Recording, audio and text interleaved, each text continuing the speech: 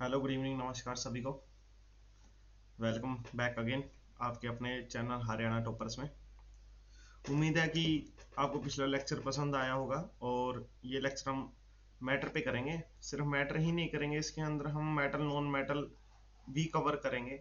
इसमें heterogeneous homogeneous compound भी इसी के अंदर हम कवर करेंगे। सारा मैटर की फिजिकल एंड केमिकल प्रॉपर्टीज भी हम इसके अंदर कवर करेंगे। और जो नोट्स हैं वो हमारे चैनल हरियाणा टॉपर्स टेलीग्राम पे हरियाणा टॉपर्स पर आपको मिल जाएंगे, टेलीग्राम पर।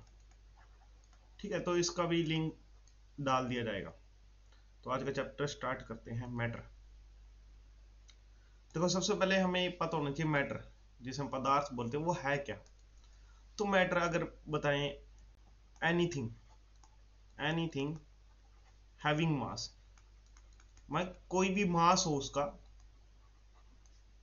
एंड ऑक्यूपाई सम स्पेस, या फिर हम बोले एंड उसकी कोई वॉल्यूम होगी।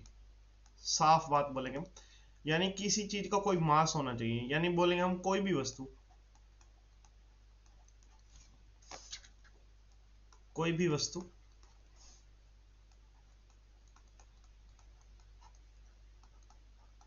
जिसका आयतन वह द्रव्यमान हो, वह द्रव्यमान हो, उसे हम पदार्थ बोलते हैं। ठीक है, ठीक है जी। जैसे एग्जांपल ले लो, कोई भी टेबल चेयर, कुछ भी ले लो, आप हो मैं हूं, सब मैटर है। टेबल चेयर, आप जिस भी मोबाइल टैबलेट पे आप ये लेक्चर देख रहे होंगे, मोबाइल टैबलेट या फिर कंप्यूटर पे, वो भी सारी क्या चीज है, मैटर ही है ना, है ना। पीसी लिखते हैं, personal computer etcetera. Air, air भी एक मैटर है। ठीक है। अच्छा, इसकी कुछ फिजिकल प्रॉपर्टीज होती हैं। ठीक है, फिजिकल प्रॉपर्टी देखो कितने टाइप में होती है फिजिकल प्रॉपर्टी।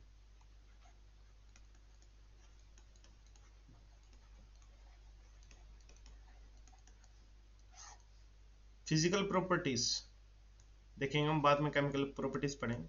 देखो, पहले तो होता है ये सॉलिड। किस में होता है? सॉलिड। सॉलिड माने ठोस, है ना। जो भी आप लेक्चर वेक्चर जिस भी डिवाइस पे देख रहे हैं वो सॉलिड ही तो है। दूसरा लिक्विड, लिक्विड माने तरल, पानी पीते हैं हम, वो तरल है। तीसरा गैस, गैस हम एयर ब्रीथ कर रहे हैं, है ना, स्पेशली ऑक्सीजन उसके अंदर से, हमें वही तो चाहिए। And fourth one is plasma. Plasma, plasma के बारे में हम पढ़ेंगे आगे, हिंदी में प्लाज्मा बोलेंगे इसे। ठीक है। पांच मात्रा बीईसी, इसे बोलते हैं Bose Einstein condensate. Bose Einstein condensate.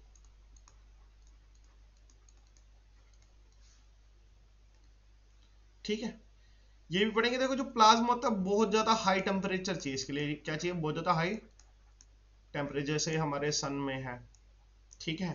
और बीसी बोस आइंस्टाइन कंडेंसेट के लिए बहुत ज्यादा लो टेम्परेचर चाहिए, बहुत ज्यादा लो हमें टेम्परेचर चाहिए। इसके बारे में हम आगे पढ़ेंगे डिटेल से। पहले इसकी एक बार हम क्या कर लेते हैं, चलो केमिकल प्रॉपर्टीज में से पढ़ लेते हैं, यानी रासायनिक गुण। रासायनिक गुण, ठीक है, इसे पढ़ते हैं। देखो, इसमें भी दो होते हैं। अगर मैं यहां पे बनाऊं, एक तो है प्योर सब्सटेंस। कौन सा? Pure substance. दूसरा हमारा आएगा इम्प्योर सब्सटेंस। इम्प्योर यानी अशुद्ध। प्योर होता है शुद्ध, शुद्ध लिख लेते हैं इसे। ठीक है, इसमें भी दो चीजें आती हैं। जैसे एक तो होगा एलिमेंट, एक है एलिमेंट है, और second one is compound. Element को तो हम तत्व बोलेंगे, और कंपाउंड को हम बोलेंगे यौगिक। तत्व का देखो एग्जांपल है, हमें पता लग जाएगा। जैसे ऑक्सीजन है, क्लोरीन है, ऑक्सीजन है, हाइड्रोजन है, एक्सेट्रा। यानी सिर्फ हम एक एटम की बात कर रहे हैं, ठीक है, एटम की बात कर रहे हैं। योगिक कंपाउंड एग्जांपल है इसका जैसे CO2, कार्बन डाइऑक्साइड। अब देखो यहाँ पे तो सिर्फ ऑक्सीजन है या फिर क्लोरीन है, यानी सेम ही एलिमेंट है। अगर मैं O2 लिखूं तो ये कंपाउंड में आएगा, ये कंपाउंड में आएगा, लेकिन एलिमेंट इसमें सेम ही है, एलिमेंट तो इसमें सेम है तो ये कंपाउंड में आएगा, ठीक है। एलिमेंट सिंगल सिंगल, जैसे सिंगल क्लोरीन है, ऑक्सीजन है, एटम के बारे में बात कर रहे हैं हम यहाँ पे, हाइड्रोजन है, तो ये सारे एलिमेंट हो गए, ठीक है। और यह कंपाउंड है, CO2 हो गया, SO2 हो गया, CH4 मीथेन हो गया, CFC हो गया, क्लोरोफ्लोरोकार्बन, बहुत सारी चीजें यहीं से क्वेश्चन बनते हैं। तो इन्हीं को हम मेन पढ़ेंगे। हमने स्कूल में पढ़ा होगा इन प्योर सब्सटेंस और कंपाउंड, हमें डेफिनेशन से नहीं कुछ लेना देना, हमें इनके बारे में समझना है। पेपर में क्वेश्चन आ जाएगा कि इनमें से प्योर सब्सटेंस कौन सा है। अगर CO2 है, CO2 भी प्योर सब्सटेंस है, लेकिन प्योर सब्सटेंस में कंपाउंड पूछ लिया तो आपको कंपाउंड पता होना चाहिए। इसको आगे देखेंगे। इम्प्योर में देखते हैं, इसमें होता है होमोजीनस, कौन सा, होमोजीनस, ठीक है। इसको हिंदी में बोलेंगे समागी, समागी मिश्रण। और दूसरा उसमें होता है हेट्रोजीनस कंपाउंड, हेट्रोजीनस, ठीक है। इसे बोलेंगे विषमगी कंपाउंड, विषमगी, ठीक है, विषमगी, ये शह है, शह से षटकोण वाला, ठीक है। देखो होमोजीनस, ये लेटिन वर्ड है, ये भी और ये भी दोनों लेटिन वर्ड है, ठीक है। होमोजीनस, होमोजीनस कोई भी हम क्या बनाते हैं, सोल्यूशन बनाते हैं, क्या बनाते हैं, सोल्यूशन बनाते हैं, यानी विलयन करते हैं, ठीक है। और इसमें भी दो आगे हैं, इसमें है कोलाइडल, कोलॉइडल या कोलाइड बोलेंगे इसे, कोलाइडल सॉल्यूशन बोलते हैं, हमने पढ़ा होगा। और उसके बाद सस्पेंशन, सस्पेंशन, कोलाइडल को वो तो कोलाइडल ही बोलेंगे हिंदी में, है ना। सस्पेंशन होता है, इसे पता है निलंबन, जैसे कोई सस्पेंड हो जाता है, निलंबन, निलंबित बोलते हैं ना सर, तो निलंबन बोलेंगे। अच्छा, ये कोलाइडल सॉल्यूशन हमारा कौन सा होता है, ब्लड होता है, हमारा ब्लड क्या है, कोलाइडल सॉल्यूशन है। हमें आगे डिटेल में पढ़ेंगे, थोड़ा सा ये चीज हमें समझ में आ गई, है ना। प्योर सब्सटेंस हमने देखा, इसमें दो चीजें, एक एलिमेंट है, जैसे क्लोरीन होगा, ऑक्सीजन हो गया, हाइड्रोजन हो गया, सिलिकॉन हो गया, ऐसे सारे। इसमें मेटल, नॉन मेटल, मेटलॉइड सारे आ जाएंगे एलिमेंट्स के अंदर। कंपाउंड में क्या है, दो या दो से ज्यादा एलिमेंट जुड़ के क्या बनाते हैं, कंपाउंड बनाते हैं। जैसे CO2 carbon dioxide, CH4 methane, CFC chlorofluorocarbon, जो हमारी ओजोन डिप्लीशन का कारण है, ठीक है। इसके बाद आगे चलते हैं, हम फिजिकल प्रॉपर्टी को देख लेते हैं। देखो फिजिकल प्रॉपर्टी में जो सॉलिड होते हैं, सॉलिड को हम ठोस बोलते हैं, है ना, सॉलिड को हम ठोस बोलते हैं। इसकी एक शेप होती है, पर्टिकुलर शेप होती है। जैसे आप गिलास वगैरह ले रहे हो या जिस भी मोबाइल टैबलेट से पढ़ रहे हो, उसकी एक फिक्स शेप होगी, है ना, और इसका फिक्स वॉल्यूम होगा, जितना वॉल्यूम है उतना ही रहेगा, ठीक है।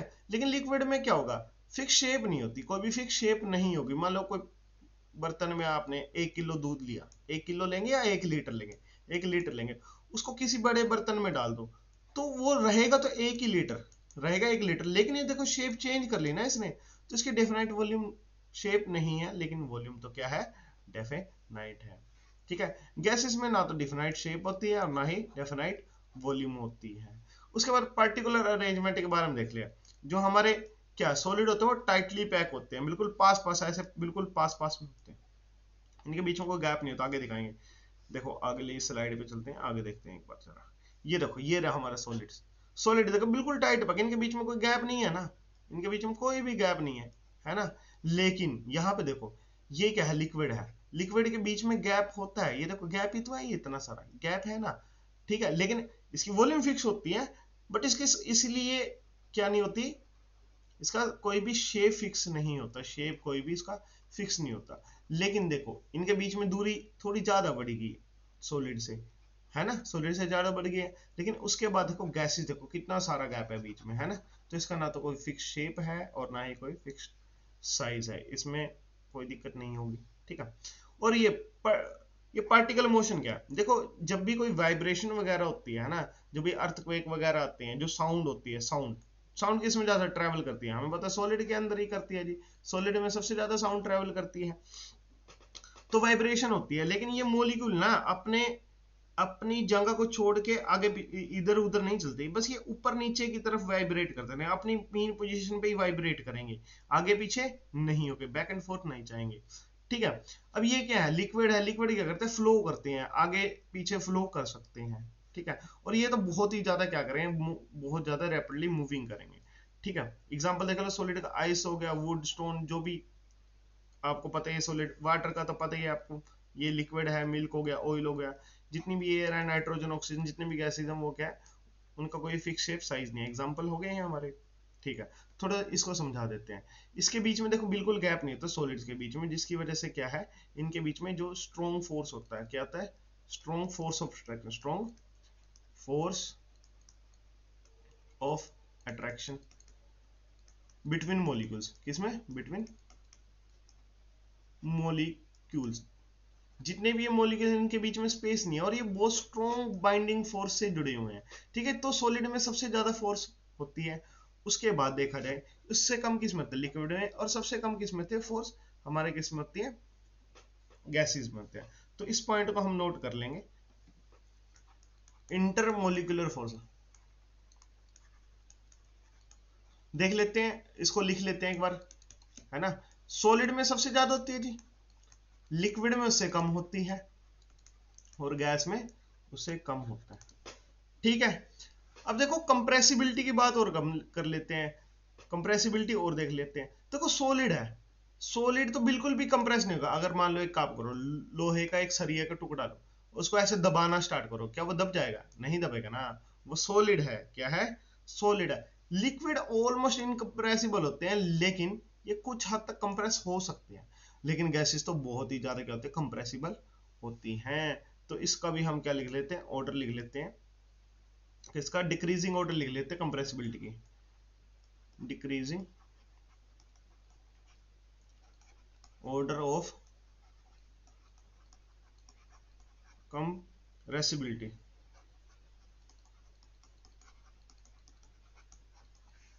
ठीक है, सबसे ज्यादा कौन कंप्रेस होगा, हाँ जी, सबसे ज्यादा गैस कंप्रेस होगी, गैस, गैस सबसे ज्यादा कंप्रेस होगी, उसके बाद लिक्विड,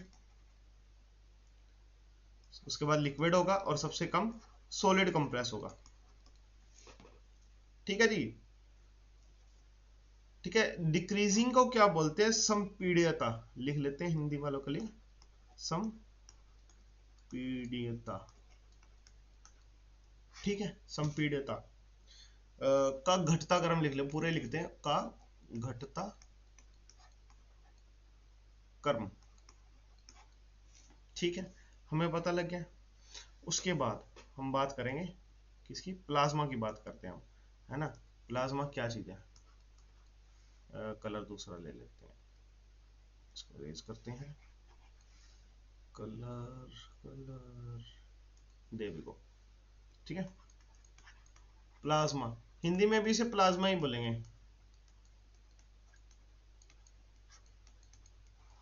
चलिए इसके बाद में करते हैं। देखिए ये जो प्लाज्मा है ना, ये फोर्थ स्टेट है, तो इसे लिख देंगे किसकी, matter, it is fourth state of matter. तो ये कौन सी स्टेट है जी, ये फोर्थ स्टेट है, यानी चौथी अवस्था है। कौन सी है जी, देख देते हैं हिंदी वालों के लिए, चौथी अवस्था किसकी, पदार्थ की, पदार्थ की फोर्थ स्टेट है। ये बनती कब है, ये बनती है जब बहुत ज्यादा हाई टेम्परेचर होता है। तो लिखेंगे it is formed at very high temperature. ठीक है, यानी बहुत ज्यादा तापमान पे, लिखेंगे इसको हिंदी वाले लिख लेंगे, यह अवस्था बहुत अधिक तापमान पर बनती है। एग्जाम्पल ले लेते हैं, देखो एग्जाम्पल में होता कैसे है। देखो मैंने, अगर मान लो मैंने कोई भी ले ले, मान लो जिंक ले लेते हैं, फॉर एग्जाम्पल जिंक ले ली, गैस कोई भी ले लो, एल्यूमिनियम ले लो, इसको बहुत ज्यादा हाई टेम्परेचर कर दिया, हाई टेम्परेचर कर दिया, TMPN टेम्परेचर। तो जिंक क्या करेगा, एक इलेक्ट्रॉन को छोड़ देगा, क्या करेगा, एक इलेक्ट्रॉन को छोड़ेगा, तो इसके ऊपर पॉजिटिव चार्ज आ जाएगा। ठीक है, और क्योंकि ये तो गैस ही है, जी मैंने गैस लिखा, वो गैसियस स्टेट, एस लिखूंगा तो सॉलिड स्टेट होगा, एल लिखूंगा तो लिक्विड स्टेट, ए क्यू लिखूंगा तो एक्वा स्टेट हो जाएगा। तो ये जब जिंक ने क्या किया, एक इलेक्ट्रॉन को क्या कर दिया, छोड़ दिया बहुत ज्यादा हाई टेम्परेचर पर। और ये कौन सा, ये गैसियस स्टेट में तो ही है, गैसियस में तो वही है, लेकिन पॉजिटिव चार्ज को हम क्या बोलते हैं, कटाइन, तो एक गैसियस कटाइन बन जाएगा, क्या बन जाएगा, गैसियस धनात्मक, गैसियस धनात्मक, ठीक है, गैसियस धनात्मक बन जाएगा। तो यानी प्लाज्मा किससे बनता है, अब हमें पता लगा प्लाज्मा किससे बनता है, plasma is made up of, plasma is made up of gaseous कटाइन, किससे, गैसियस कटाइन से बनता है जी। अब बोलोगे इसके एग्जांपल, हाँ जी बिल्कुल जी एग्जांपल देंगे, जैसे हमारा सन हो गया, है ना, सूरज है, सूरज का स्टार है तो स्टार्स भी करेंगे, ठीक है। डिस्चार्ज ट्यूब, क्या, discharge tube, cathode ray experiment याद है अगर किसने पढ़ो तो वो इसी का था, जिसे विसर्जन नली भी बोलते हैं, इसे बोलते हैं विसर्जन, विसर्जन नली, ठीक है जी। और ये कहां होता, फ्लोरोसेंट में, ट्यूब्स आती है ना अलग अलग कलर की, येलो वगैरह, ठीक है, फ्लोरोसेंट ट्यूब में, तो ये वहां पे भी इसका यूज किया जाता है, ठीक है, इसमें किसी को समस्या नहीं होगी। क्वेश्चन डायरेक्ट आ जाएगा भी, फ्लो जो ये प्लाज्मा है वो किस में होता है, अगर ऑप्शन दे दें आपको, ठीक है, एक बोल दे जी सन में होता है, अगर डिफरेंट डिफरेंट ऑप्शन देखने तो इनमें से एक आपको लगा के आना है, ठीक है, इनमें से ही आ जाएगा क्वेश्चन, तो सीधा यहीं से क्वेश्चन बनता है, तो इसे याद रखना, ठीक है। उसके बाद हमें पढ़ना था फिफ्थ स्टेट ऑफ मैटर, हाँ जी इसे लिखते हैं, फिफ्थ कौन सा, Bose Einstein condensate, condensate, okay, इसको पढ़ लेते हैं, ठीक है। तो इसे लिखेंगे, ये कौन सी है, it is fifth state of matter, कौन सी, फिफ्थ स्टेट ऑफ मैटर है जी, ये पदार्थ की पांचवी, पदार्थ की पांचवी अवस्था,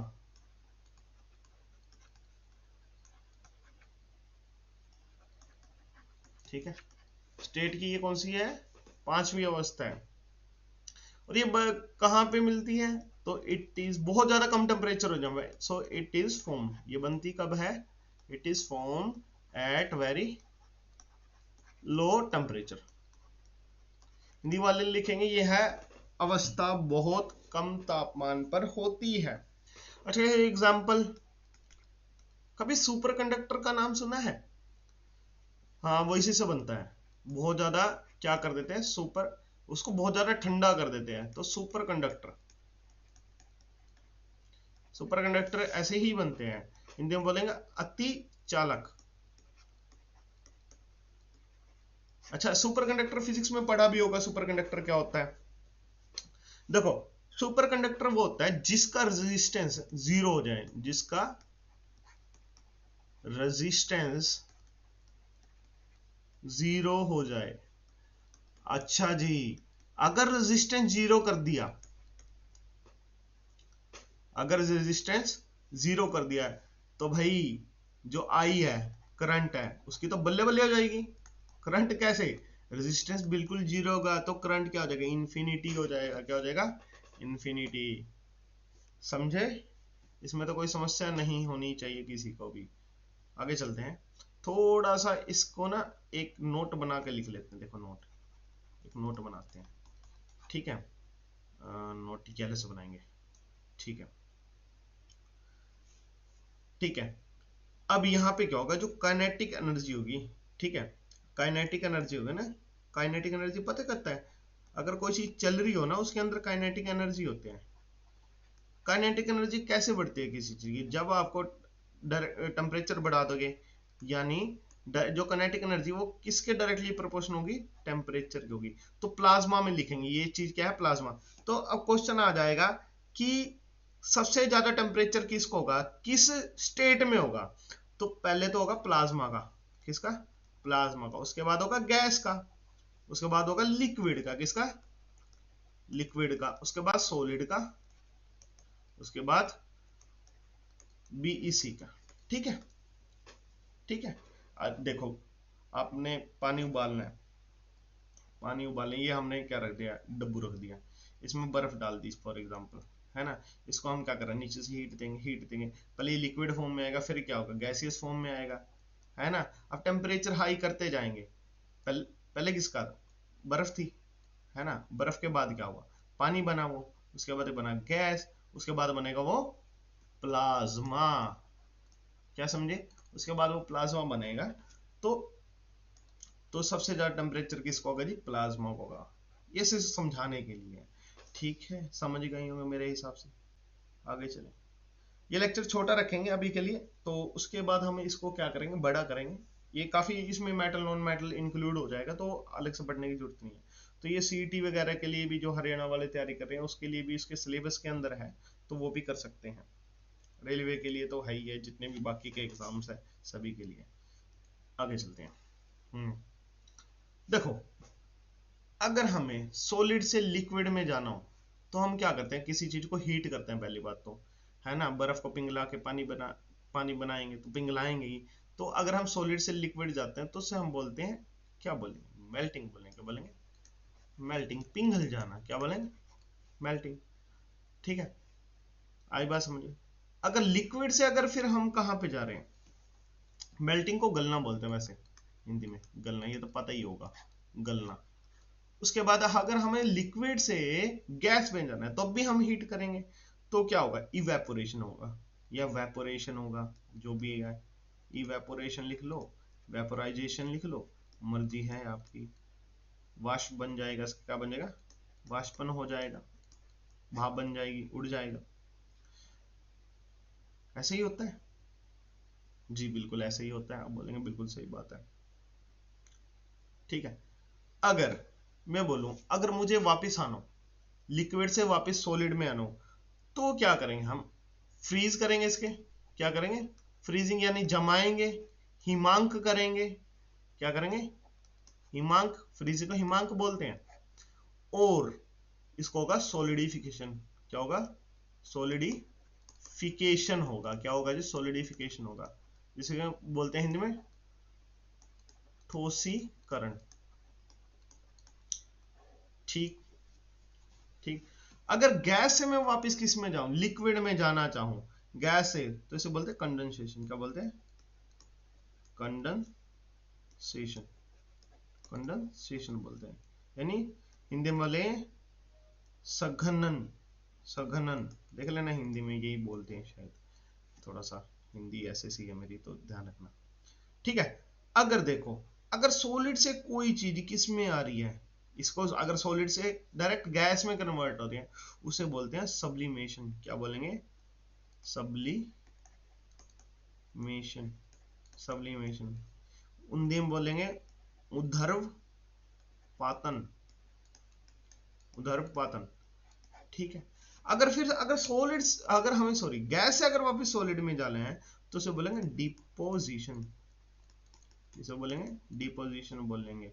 ठीक है, हिंदी में बोलेंगे निक्षेपण, निक्षेपण बोलेंगे, निष्पेषण बोलेंगे, इसे निष्पेषण। ये समझ में आ गई होंगी। ठीक है, अब देखो यहां से ये चीज समझ में आ गई। अब एग्जाम में क्वेश्चन कैसा आता है, देखो अगर आपसे पूछ ले, एक देखो पहले मैं एग्जाम्पल ऑफ सब्लिमेशन लिखा देता हूं, एग्जाम्पल ऑफ सब्लिमेशन, इसको ध्यान से देखना जरा। ठीक है, सब्लिमेशन यानी क्या होगा, डायरेक्ट सॉलिड से किस में गया, डायरेक्ट किस में जाएगा, सॉलिड से डायरेक्ट किस में चला जाएगा, गैस में चला जाएगा। अब बोल देगा जी इनमें से बताओ कौन सी चीज सब्लाइम होती है या डिपोजिट होती है। ठीक है, वाइस वर्सा भी पूछ सकता है। तो इसके एग्जांपल कौन सा है, कैम्फर, कपूर, है ना, सभी ने कपूर देखा है, घर में भी यूज होता है, बिल्कुल होता है जी। ठीक है, जलाने के काम आता है। ठीक है, उसके बाद आते हैं नेफ्थलीन मोल, क्या, naphthalene balls, naphthalene balls, naphthalene को हिंदी में नेफ्थलीन बोलेंगे। ठीक है, और जो कपड़ों में रखते हैं हम गोलियां गोल गोल सी, वो वाली, ठीक है।